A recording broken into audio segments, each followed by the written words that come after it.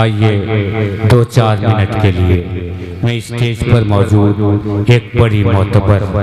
بڑی محترم، بڑی باوقار شخصیت، ہمارے ضلع بجنور کی آبرو اور وقار، فخر ضلع بجنور، جمعیت علماء ضلع بجنور کے ناظم اعلیٰ اور اس ادارہ مدرسہ تحفیظ القرآن کے ناظم اعلیٰ،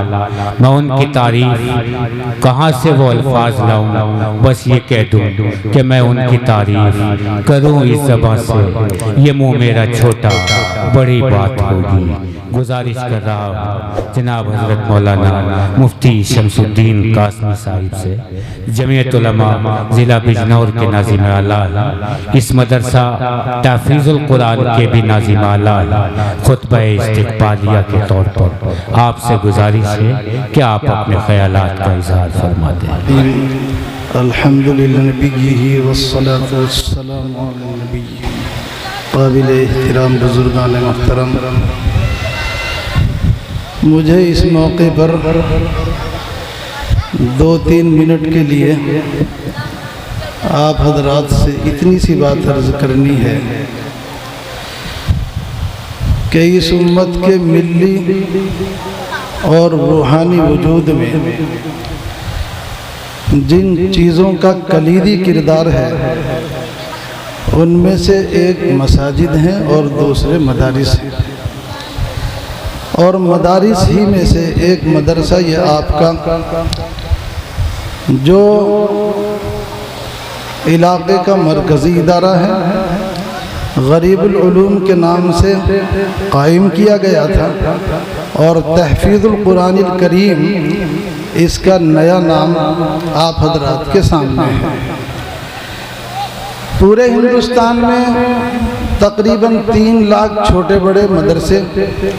کہیں بڑی بڑی عمارتوں کی شکل میں، یہ تمام کے تمام کہیں چھپر اور جھوپڑوں کی شکل میں، ظاہر سی بات ہے کہ اسلام کے مضبوط قلعے ہیں، دین کی آہنی حصار ہیں، اور مسلمانوں کے ملی تشخص کو قائم رکھنے میں انہی کا اہم کردار ہے۔ انہی مدارس میں سے ایک مدرسہ یہ بھی ہے۔ علاقائی اعتبار سے یہ فیض کیا اس کا کم ہے کہ آپ کو مسجدوں میں رمضان کے موقع پر قرآن سنانے والے حفاظ مل جاتے ہیں،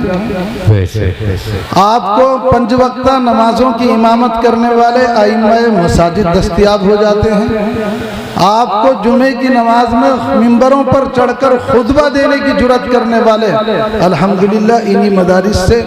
انہی کا فیض یافتہ آپ حضرات کو جگہ جگہ نظر آ جاتے ہیں۔ اور ان مدارس کی نسبت پر اور خاص طور سے اس علاقے میں اس مدرسے کی بنیاد پر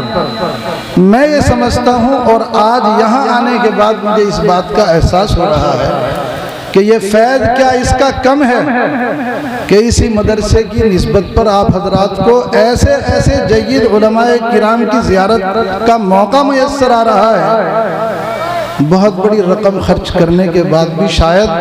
آپ ان سے مصافحہ کرنے میں کامیاب نہ ہو سکیں، اور یہ سعادت آپ کو گھر بیٹھے مدرسے کی نسبت پر میسر آ رہی ہے۔ خاص طور پر استاد محترم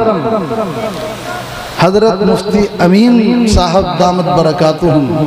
دارالعلوم دیوبند کے شیخ الحدیث، جلیل القدر اور عبقری شخصیت آپ حضرات کے درمیان تشریف فرما ہے۔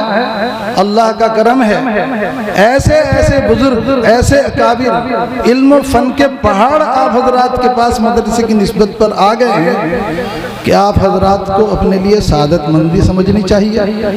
اپنے لیے خوش قسمتی تصور کرنی چاہیے کہ آپ حضرات کو مدرسوں کی نسبت پر اس طرح کے پروگرامات میں، تقریبات میں اور فنکشنز میں یہ موقع میسر آ جاتا ہے، اہل اللہ کی صحبت مل جاتی ہے، ان کی زبان مبارک سے کچھ بات دین کی سننے سنانے کا موقع آپ حضرات کو میسر آ جاتا ہے۔ اللہ کا کرم ہے کہ یہاں یہ ادارہ مرکزی ادارہ ہے، اور جتنے بھی اہل علم یہاں قرب و جوار میں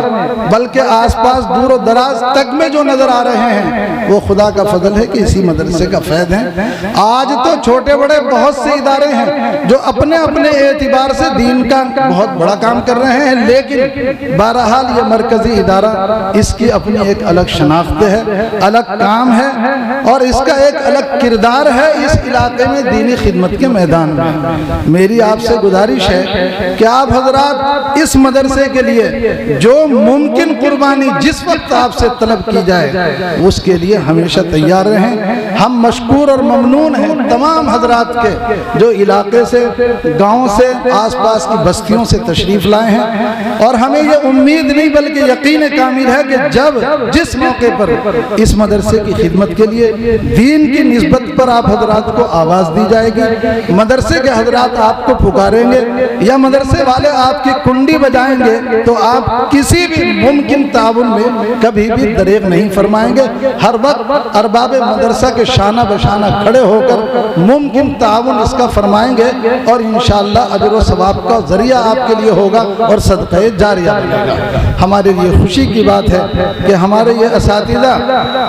یقیناً جن کی زیارت کے لیے بھی بڑا وقت درکار ہوتا ہے اور وہاں اپنے مقام پر رہتے ہوئے باوجود کہ ان حضرات سے بہت کوشش کرنے کے بعد ہی کہیں آنا جانا اپنی مصروفیات کی وجہ سے، علمی کاموں کی وجہ سے، تصنیف و تالیف کی وجہ سے اور تدریسی ذمہ داریوں کے بوجھ کی وجہ سے ان حضرات کا عام طور پر آنا نہیں ہوتا، خاص طور پر حضرت استاد محترم کا۔ میں تو بڑی سعادت مندی اپنی ادارے کی، پورے گاؤں کی، بستی کی، علاقے کی اور آپ تمام حضرات کی سمجھ رہا ہوں کہ حضرت والا نے وقت عنایت فرما دیا، چاہے تھوڑا ہی صحیح لیکن ایسے بزرگوں کا وقت مل جانا ظاہر سی بات ہے یہ ہمارے لیے بڑی خوشی کی اور سعادت مندی کی بات ہے۔ حق تعالی شانہ حضرت والا کی عمر میں برکت عطا فرمائے اور ان کا سایہ تا دیر امت کے سر پر قائم رکھے۔ بڑا فیض ہے ہمارے ان اکابر کا، بڑی برکتیں ہیں ہمارے ان اکابر کی اور یقینی طور پر ظاہر سی بات ہے کہ ان مدرسوں کی شکل میں جو ہمارے ان اکابر کی آمد و رفت ہوتی ہے، چلت پھرت ہوتی ہے، آنا جانا ہوتا ہے، کہنا سننا ہوتا ہے، وہ امت کے لیے بہت بڑی خیر کا ذریعہ بنتا ہے۔ بس میں یہ چند ہی کلمات کہتے ہوئے آپ حضرات سے رخصت ہوتا ہوں اور صرف یہ ضرور آپ سے عرض کر رہا ہوں کہ جیسی توقع تھی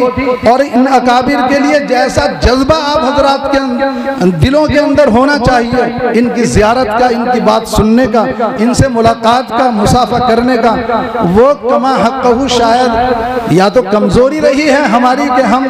تمام لوگوں کو اس سے واقف نہیں کرا سکے، یا پھر کچھ مجبوریاں رہی ہیں لوگوں کی کہ وہ جس انداز میں ان کو آنا چاہیے تھا اس انداز میں ابھی پہنچے نہیں ہیں، اور جو حضرات ابھی آ چکے ہیں اور شاید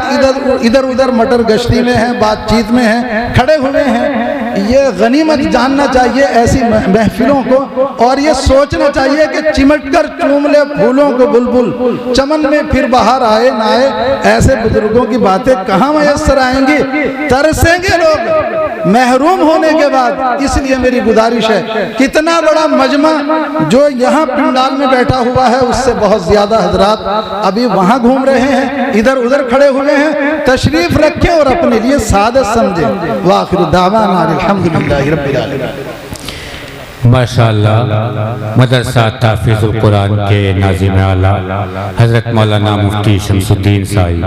خیالات کا اظہار فرما رہے تھے، حضرت مفتی صاحب کا تعارف بھی پیش کر رہے تھے۔